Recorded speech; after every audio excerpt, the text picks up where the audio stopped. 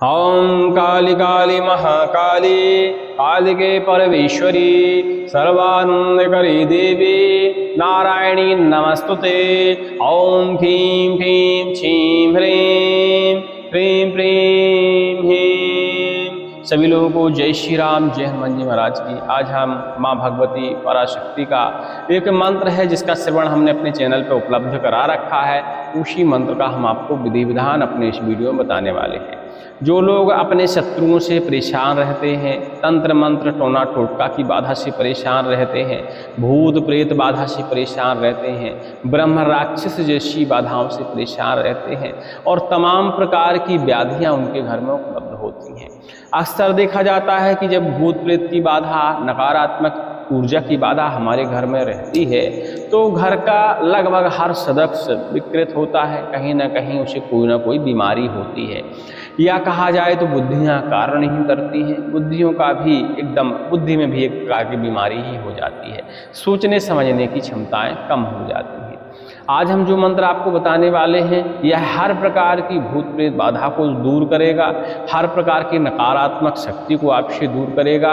और अक्सर देखा जाता है कि लंबे समय तक जब प्रेत बाधा हमारे घर में, हमारे शरीर में वास करती है तो हम झाड़ा फूकी करवाते हैं और हम देखते हैं कि कुछ दिन बाद हमें फिर से परेशानी हो जाती है। अक्सर देखा जाता है कि लंबे समय तक जब प्रेत बाधा हमारे शरीर में रहती है तो तरह तरह के रोग उत्पन्न होते हैं। झाड़ा फूकी करते हैं, हम मंत्रों का श्रवण करते हैं, जापन करते हैं, कोई ना कोई विधि करते हैं, प्रेत बाधा, नकारात्मक ऊर्जा तो हमारे घर से दूर हट जाती है।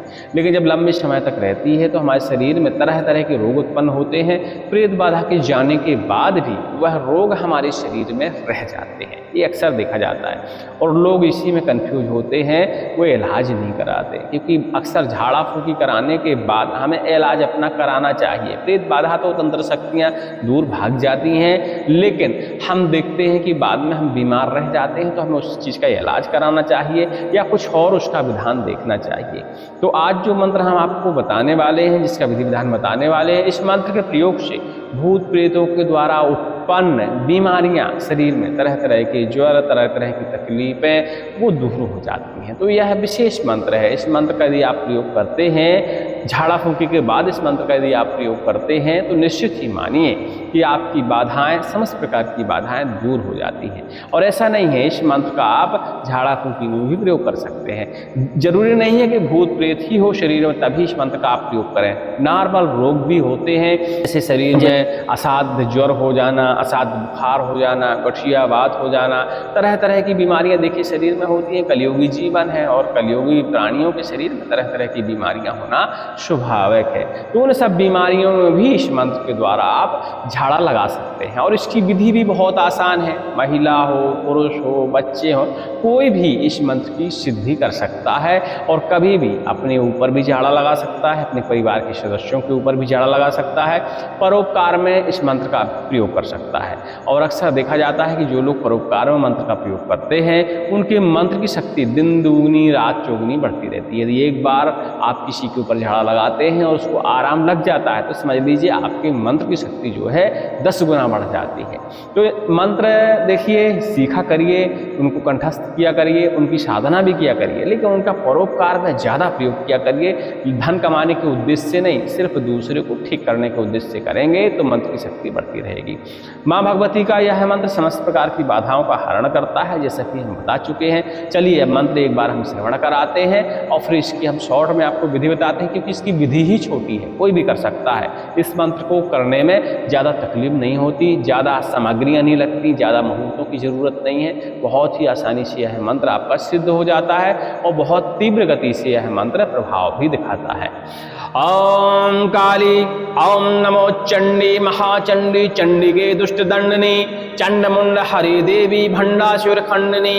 ओम काली, ओम महादंडेन मारय मारय स्फोटय स्फोटय आवेशय आवेशय शीघ्रम शीघ्रम भंजय भंजय। भूत ज्वर, प्रेत ज्वर, राक्षस ज्वर, ब्रह्म राक्षस ज्वर, डाकिनी ज्वर, शाकिनी ज्वर, इंद्र ज्वर, देव ज्वर, ग्रह ज्वर, एकाहकम द्वाहकम त्राहकम चतुर्थकम समज्वर, दुष्ट ज्वर विनाशाय विनाशाय, सर्वदुष्टान सर्वशत्रुन नाशाय नाशाय।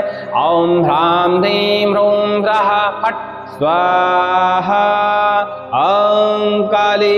इस तरह का देखिए मंत्र है, बहुत आसान मंत्र है। सिर्फ मंत्र को आपको कंठस्थ करने की जरूरत है। मंत्र कंठस्थ होने के बाद किसी भी अमावस्या के दिन इस मंत्र की साधना आप कर सकते हैं। किसी भी नवरात्रि में इस मंत्र की आप साधना कर सकते हैं। होली में, दीपावली में, ग्रहण काल में, सर्वार्थ सिद्धि योगों में इस मंत्र की साधना आप कर सकते हैं। और नित्य प्रतिदिन इस मंत्र का यदि आप जापन करते हैं 11 से 21 बार तो यह मंत्र अपने आप ही सिद्ध हो जाता है। आपको फिर विधि विधान करने की जरूरत नहीं पड़ती। लेकिन हाँ, थोड़ा सा लंबा समय लग सकता है, हो सकता है 1 महीने लग जाए, 2 महीने लग जाए। लेकिन प्रयास हमें ये करना चाहिए मंत्रों में कि अक्सर जब हम मंत्रों को सिद्ध करते हैं तो नित्य प्रतिदिन उनका कम से कम 11 बार हमें पाठन करना ही करना चाहिए। ऐसा करने से मंत्र की ऊर्जा बरकरार रहती है और मंत्र की ऊर्जा जो है धीरे धीरे बढ़ती रहती है।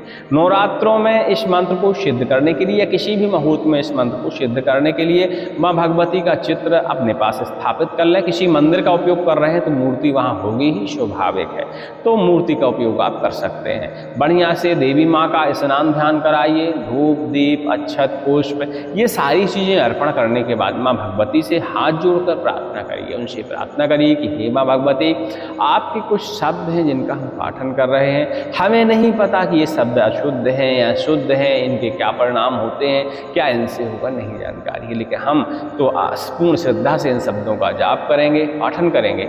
इन शब्दों में इतनी ऊर्जा, इतनी शक्ति दे दें कि किसी के ऊपर भी इस मंत्र का हम पाठन करते हुए हाथ फिरा दें, किसी के भी कान में इस मंत्र को पाठन करते हुए फूंक लगा दें, किसी के ऊपर भी इस मंत्र से हम झाड़ा लगा दें, उसकी समस्त प्रकार की बुरी बाधाएं दूर हो जाए, समस्त प्रकार के रोग शांत हो जाएं, समस्त प्रकार की व्याधि संकट में चल जाएं। इस तरह की प्रार्थना करने के बाद माँ भगवती के सामने आप बैठकर बढ़िया से एक सरसों का तेल का दीपक जला लीजिए और दीपक जलाने के बाद बढ़िया रुद्राक्ष की माला लीजिए। इस मंत्र का जापन करिए। भैया इस मंत्र का 11 माला जप करने का विधान है, लेकिन क्या होता है पहली बार में लोग माला इसकी 11 नहीं कर पाते, तो भैया थोड़ा थोड़ा कर लीजिए, एक एक माला कर लीजिए। 9 दिन का समय बहुत होता है, एक एक दिन प्रतिदिन एक माला कर लीजिए। ऐसे 9 दिन में आपकी 11 माला हो जाएंगी। किसी दिन डबल कर लीजिए, किसी दिन 3 माला कर लीजिए। ऐसी आप 11 माला इस मंत्र की करने के बाद इसका 10% आप होम लगा दीजिए, हवन कर दीजिए। यह मंत्र आपका कार्यशील हो जाता है। अमावस्या में और बाकी समय में इस मंत्र की साधना करने वाले हैं तो 11 माला फिर आपको पूरी एक ही दिन में करनी पड़ेगी, बल्कि नवरात्रि में आप एक एक माला प्रतिदिन कर सकते हैं। वो आपको तय करना है कि आपको कब इसका विधि विधान करना है। होली और दीपावली में भी इसकी एक ही दिन में आपको 11 माला करनी पड़ेगी। सर्वार्थ सिद्धि योग में भी एक दिन में ही इसकी माला करनी पड़ेगी पूरी 11। लेकिन नवरात्रों में, किसी भी नवरात्रों में प्रतिदिन के हिसाब से किसी दिन 1 माला, 2 माला, 3 माला, इस तरह करके आप 9 दिन के अंदर, 8 दिन के अंदर अपनी 11 माला कंप्लीट कर सकते हैं। ऐसा करने से यह मंत्र ऊर्जावान हो जाता है और सिद्ध हो जाता है। इसके बाद इस मंत्र से आप झाड़ा लगा सकते हैं। झाड़ा लगाने के लिए इस मंत्र के लिए नीम की डंडी विशेष मानी जाती है। तो किसी भी रविवार के दिन या किसी भी शुभ मुहूर्त में, होली में, दीपावली में, नवरात्रि में नीम का डंडा आप तोड़ के ले आइए। माँ भगवती के सामने उस डंडे को आप अर्पण कर दीजिए। उसका भी धूप दीप नैवेद्य स्नान ध्यान कराने के बाद बढ़िया से पूजन करिए और माता के पास वह डंडा आप रख दीजिए। उस दिन जैसे 7 दिन हो जाएं, 9 दिन हो जाएं, 11 दिन हो जाएं, ऐसे दिन के बाद वो डंडी आप उठा लीजिए। कम से कम देखिए 1.5 फीट से ऊपर की होनी चाहिए। ये आपको ध्यान देना है। डंडी बढ़िया सी साफ सुफ और ऐसी लकड़ी काटना है आपको मजबूत, जो जल्दी खराब ना हो। कम से कम आपकी 1-2 साल तो चल ही जाए, तो थोड़ा सा मोटा कटवाइएगा। चाहे तो किसी कारीगर कटवा के किसी कारीगर को दे सकते हैं, तो वो उसे बढ़िया से साफ सुफ करके डिजाइन वगैरह बना के आपको दंड के रूप में आपको दे सकता है। वो भी आप कार्य कर सकते हैं, कोई दिक्कत नहीं।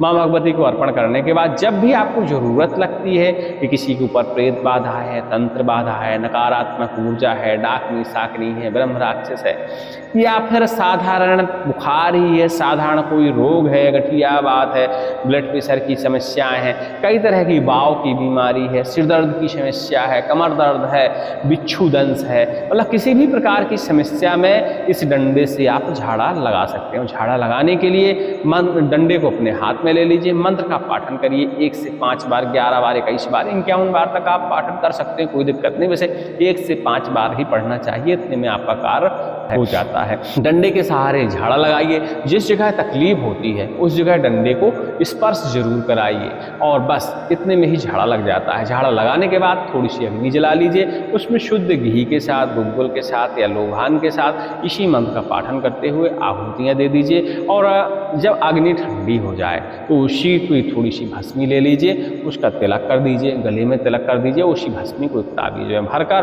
रोगी को पहना दीजिए। इतना ही करने की जरूरत पड़ती है और उसकी समस्त प्रकार की व्याधियां दूर हो जाती हैं, चाहे नजर हो, टोना टोटका हो, मंत्र की बाधा हो, तंत्र की बाधा हो या साधारण रोगों की बाधा हो, वह बाधा दूर हो जाती है। इसका झाड़ा 1 से 3 दिन तक आप लगातार लगा सकते हैं और बुधवार, रविवार ऐसे दिनों में लगाते हैं तो ज़्यादा प्रभावशील यह मंत्र माना जाता है।